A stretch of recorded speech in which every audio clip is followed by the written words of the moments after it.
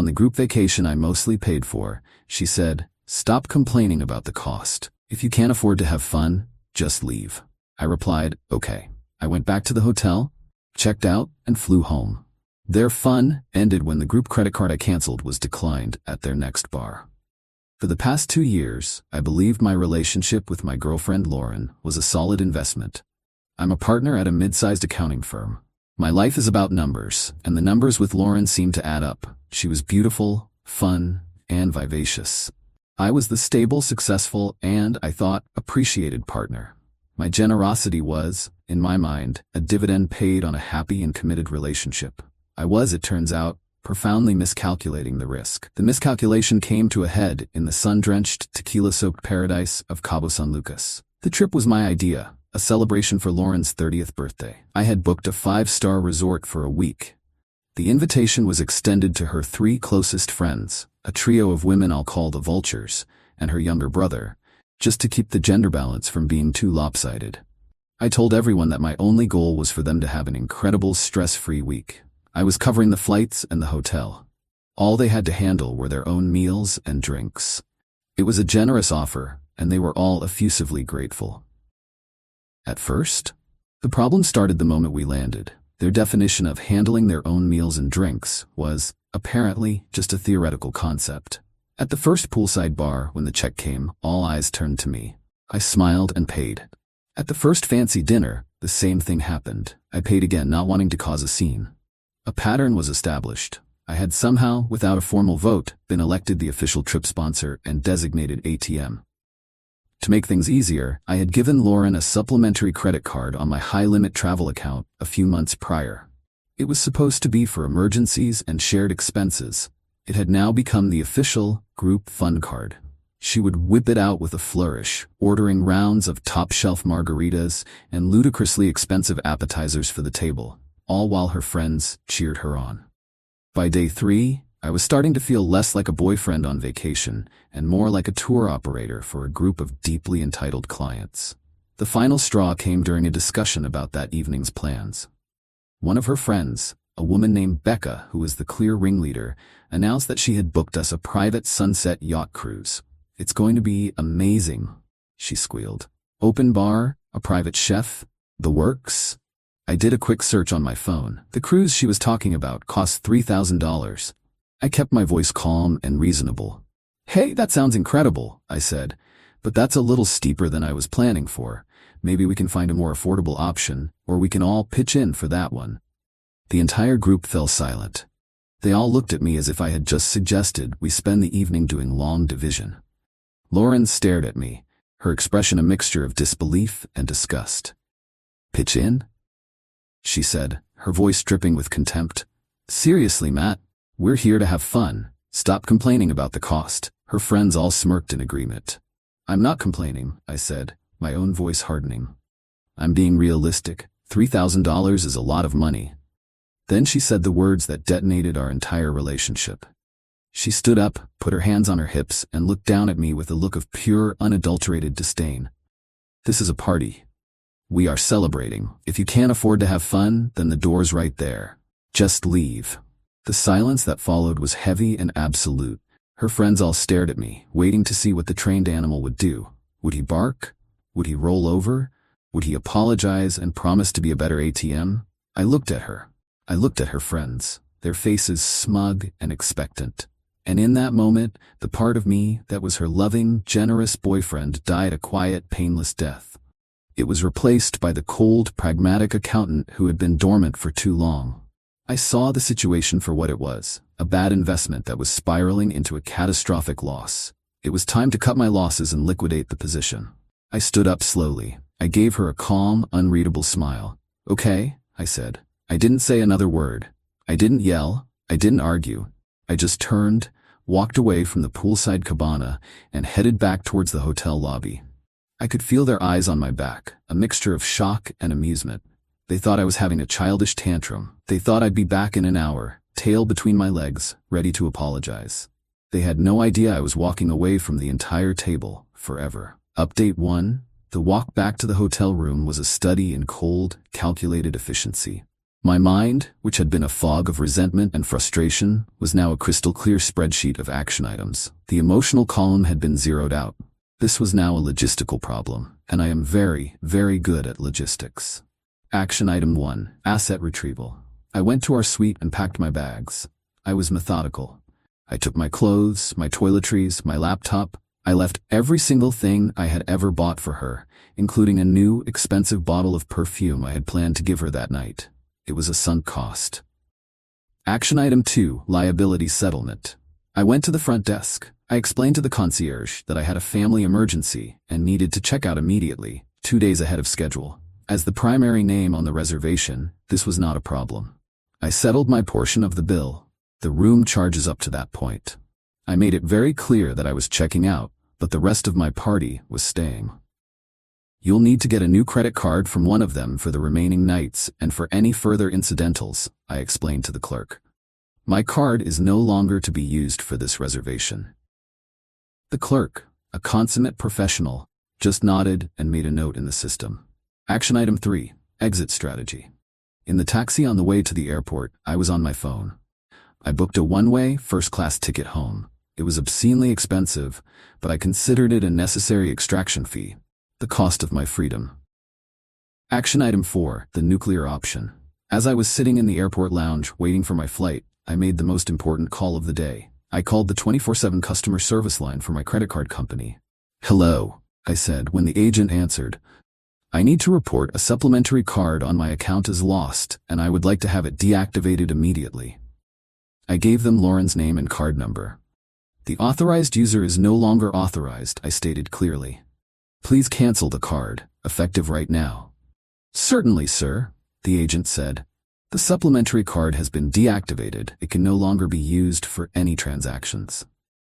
I hung up the phone and took a long, slow sip of my overpriced airport coffee.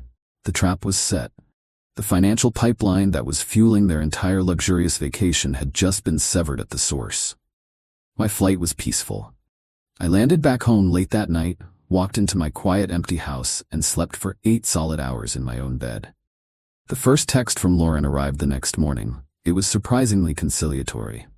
"Hey, are you okay? We were all worried. Hope you're not still mad. We canceled the yacht. No big deal. Come back to the pool when you're ready to stop sulking." I didn't reply. The real storm began around 8 p.m. that night. My phone erupted in a volcano of messages and missed calls. It was a group chat they had started, and my phone was buzzing like an angry hornet. "Matt, what the hell is going on? The card was just declined at dinner." "Matt, answer your phone. The restaurant is holding us here. They think we're trying to dine and dash. My card was declined too." "Chloe, this is so embarrassing. What did you do?" I let them panic for a good 30 minutes. I could picture the scene perfectly. The 5 of them, stranded at a fancy restaurant, their faces a mixture of humiliation and rage, while a stern manager stood over their table. Finally, I decided to grant them a single, clarifying response. I opened the group chat and typed out my message. "To whom it may concern," I began. "As per Lauren's suggestion, I left. I flew home last night. My vacation is over. Therefore, my funding for said vacation is also over. The supplementary credit card has been canceled, as the authorized user is no longer authorized. The hotel has been instructed to get a new payment method for the remainder of your stay. The $3,000 yacht trip you all so desperately wanted was just the beginning of your expenses. I believe you now also have a substantial dinner bill to handle. 2 more nights at a 5-star resort, and 5 plane tickets back home to purchase. I am not your sponsor. I am not your bank. I am a man who was told that if he couldn't afford to have fun, he should leave. I have left.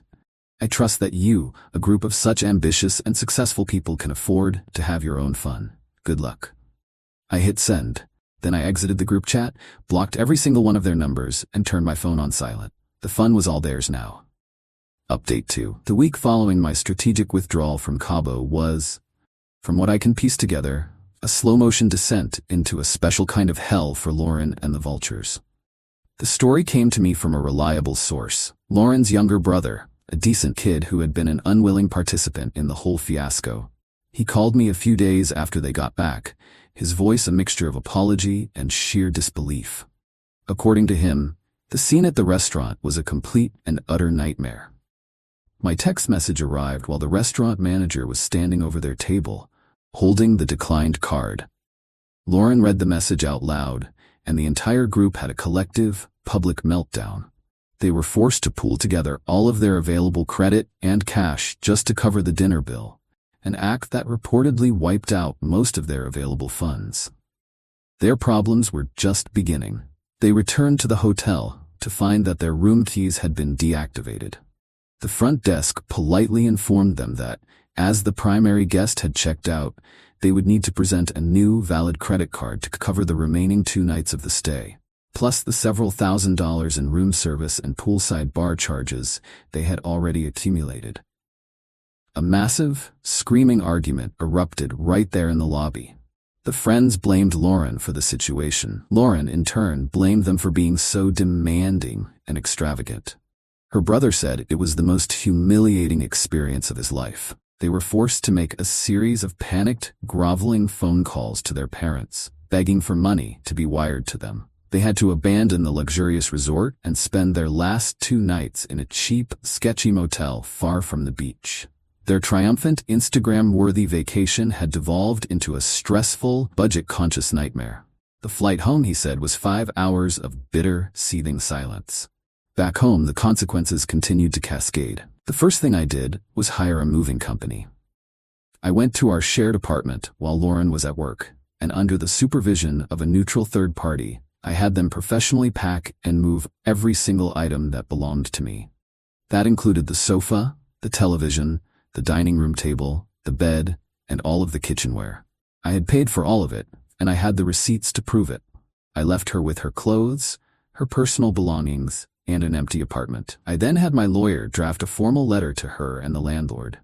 It stated that I was moving out and that I was willing to sign a lease break agreement, but that I would not be paying the hefty penalty fee. That responsibility, the letter made clear, would fall to the remaining tenant, her.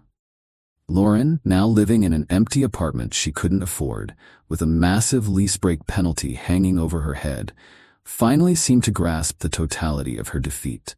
Her friends, the ones she had tried so hard to impress, were no longer speaking to her. They blamed her for the most humiliating vacation of their lives. Her final, pathetic move was to try and launch a smear campaign. She told anyone who would listen that I was a cruel, manipulative monster who had abandoned her in a foreign country out of spite. But the story was too good, too specific. The truth, as told by her own brother and the other friends, had already made the rounds. Everyone knew what had really happened. They knew she had pointed to the door. They just never expected I would have the courage to walk through it. Final update. It has been 6 months since I took the most satisfying flight of my life. The chaos has long since subsided, and my new life is built on a foundation of peace and, more importantly, self-respect. The final chapters of Lauren's story have been written, and it is a cautionary tale about the high cost of cheap words. Lauren was unable to pay the lease break penalty for the apartment. The debt went to collections, and her credit score was destroyed. She was forced to abandon the empty apartment and move back in with her parents. A 30-year-old woman with nothing to her name but a few boxes of clothes and a reputation for being a user. Her friendships with the vultures are, by all accounts, permanently fractured. The shared trauma and humiliation of the Cabo trip, combined with the bitter arguments over who owed whom money, was a poison they couldn't overcome. She had built her social life on a pyramid of my generosity, and when I removed the base, the entire structure came crashing down. The last I heard, she is still living with her parents, working a low-level job, and is deeply unhappy. She is a queen without a kingdom, a socialite without a society. She had a man who was willing to give her the world, and she threw it all away for a few rounds of top-shelf margaritas and the approval of a few shallow friends. As for me, my life has been a study in quiet, deliberate reconstruction. I used the money I saved from the disastrous vacation and the expensive apartment to make a down payment on a small house of my own. It's not a palace, but it's mine. The foundation is solid. I have been focusing on my business, and it's thriving. I've learned a valuable lesson about investments. It's not enough for an asset to look good on the surface. You have to analyze the underlying fundamentals. My relationship with Lauren had terrible fundamentals. It was an over-leveraged position built on a foundation of disrespect. My decision to walk away wasn't an act of anger. It was a sound financial decision. It was risk management. I haven't started dating again yet. I'm taking some time to work on myself, to ensure that the next foundation I build is with a partner who understands that a relationship is a partnership, not a sponsorship. Lauren told me that if I couldn't afford to have fun, I should leave. She was right. I couldn't afford that kind of fun, the kind that comes at the cost of your dignity, your self-respect, and your financial security. So I left. And in doing so, I discovered that the best, most satisfying fun of all is the quiet, peaceful freedom of a life lived on your own terms.